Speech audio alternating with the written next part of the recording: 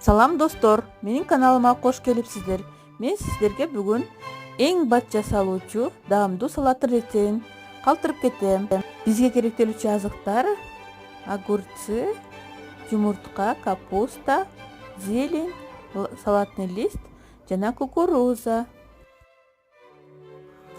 Биз биринчи капустаны соломка кылып турайбыз. Андан кийин огурцыны да соломка кылып турайбыз.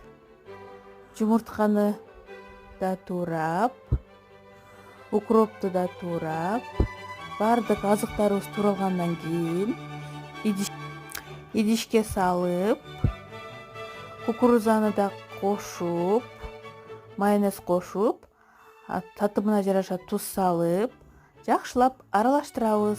Биздин салат даяр.